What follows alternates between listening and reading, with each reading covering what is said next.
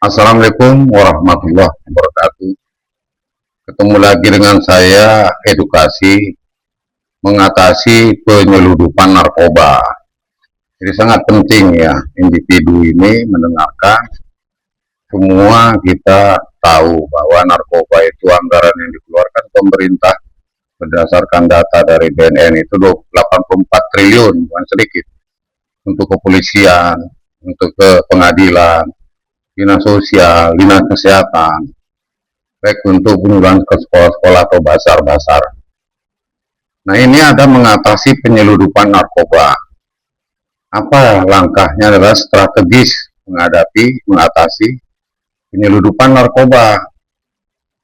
Jadi dilakukan melalui pendekatan kalau kolaborasi. Jadi kalau kita sebagai masyarakat melihat, jangan berdiam diri. Lingkungannya diketahui, dilapori, ada RT, RW, ada desa. Nah, untuk itu kita mempunyai peran aktif sebagai masyarakat bahwa mengatasi penyeludupan ini. Masyarakat itu sudah dipatenkan untuk mempunyai kesadaran aktif. Jadi kalau peran aktif masyarakat nggak ada, bukan lagi salah pemerintah. Oleh sebab itu, di sini mengatasi penyeludupan narkoba itu ada pergaulan operasional dan pembatasan. Di mana pergaulan operasional dan pembatasan tersebut karena dari luar negeri maupun dari dalam negeri keluar. Disebut dengan pengawasan yang ketat oleh aparat ini di pintu masuk. Meningkatkan pemeriksaan. Umumnya narkoba itu diseludupkan melalui laut. Mayoritas ya kita lihatlah di PIK 1, PIK 2 itu berapa ton itu. Sehingga di sini perlu dari pengetahuan masyarakat untuk mengetahui bahwa penyeludupan narkoba itu dominan melalui peran laut. Untuk angkatan laut sudah disiapkan yang paling bawah sana disebut dengan posal. Pos angkatan laut untuk tempat sumber-sumber di mana, apakah di wilayah Aceh Tenggara, apakah di Sumatera Utara, apakah di Sulawesi, apakah di Sumatera Selatan. Sehingga peran Becukai juga punya peran kepolisian, Polda, Polres, Polsek, TNI AL. Nah, itulah disebut dengan pengawasan yang ketat. Jadi kalau kita tidak bersama-sama, nggak jalan ini. Mari kita bersama-sama agar penyeludupan ini baik mau masuk maupun keluar dapat berkurang lah. Jadi uang 84 triliun itu bisa digunakan pembangunan jalan raya sehingga hasil panen bisa, atau membuka lahan, atau memberikan penyuluhan karena terbatas anggaran untuk pembinaan di SMA atau universitas. Sehingga tidak lebih besar lagi. Karena dominannya 15 tahun sampai 24 tahun. Pengguna produktif dari narkoba itu 57% ya, pemuda yang umur 15 sampai 24. Ini kan kasihan kalau bisa mengecil. Selanjutnya melaksanakan pertukaran informasi. Jadi kita menginformasikan ke Malaysia, kita menginformasikan ke Afrika, ke luar negara lain. Mereka juga demikian kerjasama. Orang Malaysia juga butuh informasi dari Indonesia. Karena ini hasil daripada penyeludupan ini dua faktor. Yang pertama uang era PPN terkait, yang kedua uang beredar terbawa ke luar negeri. Sehingga perlu dilaksanakan pertukaran informasi internasional. Yang kedua, kalau yang pertama tadi penguatan operasional, yang kedua pencegahan di lingkungan khusus, baik lapas atau penjara atau rutannya. Karena kita ketahui sangat moralnya malu kita. Orang rutan malah tempat mengendalikan peredaran narkoba dari dalam rutan. Ini sudah bicara nasional, sehingga lapas dan rutan mempunyai tanggung jawab memperketat bekerja sinergi dengan internal maupun di luar instansi lembaga. Jadi lembaga masyarakat ini kerjasama dengan polisi, lembaga masyarakat dengan dinas sosial, dinas kesehatan, nggak bisa hanya dilepas kepada lapas dan rutan saja. Sehingga berkurang penyelundup narkoba, baik dibawa ke luar negeri maupun dari luar negeri masuk ke Indonesia. Jadi lembaga pemasyarakatan bertanggung jawab untuk memeriksa, bertanggung jawab dengan ketat terhadap penggunaan narkoba. Jangan nanti malah di lapas bisa mengedarkan narkoba dari dalam. Ini kita harus perketat ya.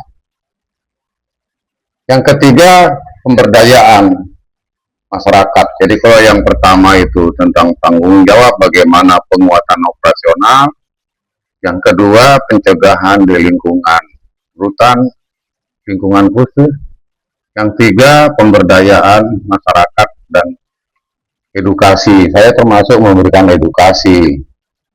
Mari bersama-sama kita agar narkoba ini berkurang, anggaran juga berkurang, pemudanya yang menggunakan juga berkurang. 57% hasil data Badan Narkotika Nasional, pemuda usia 15 sampai 24 tahun, 57%. Maka disebut dengan perang terhadap narkoba.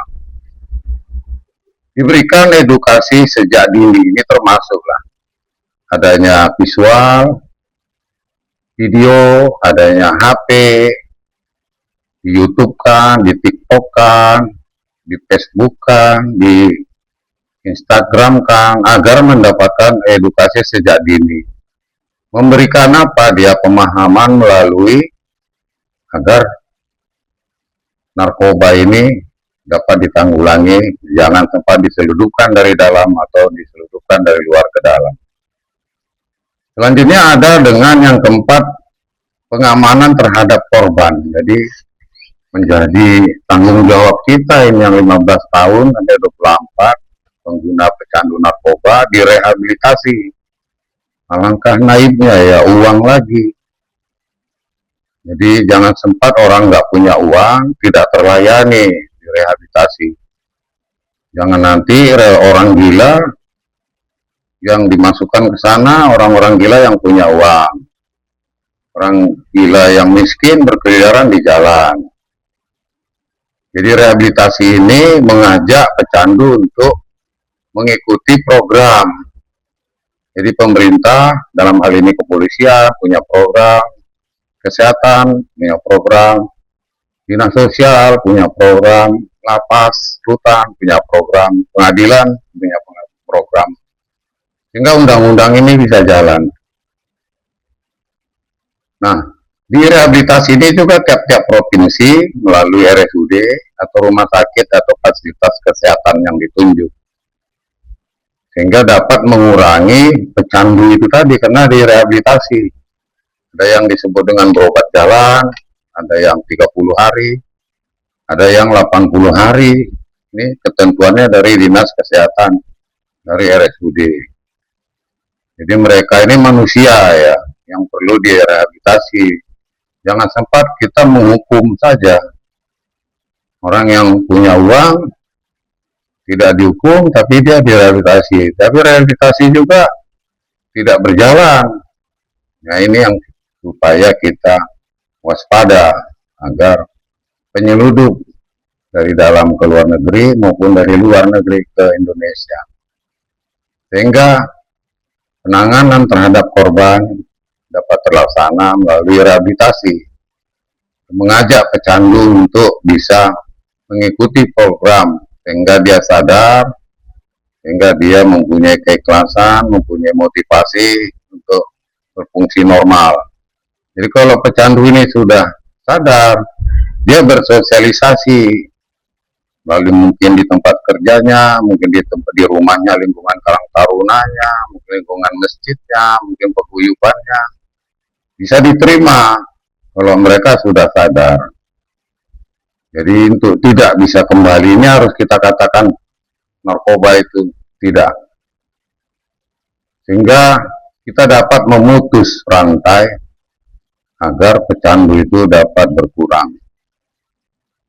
Sehingga kita benar-benar sebagai warga negara yang sadar saya juga memberikan edukasi, mengajak agar berkurang, agar bisa diterima bahwa untuk penyeludupan ini berkurang sebagai materi kita mengatasi penyeludupan narkoba. Waktu kita terbatas. Terima kasih. Mohon maaf kekurangan saya mungkin dengan waktu. Assalamualaikum warahmatullahi wabarakatuh.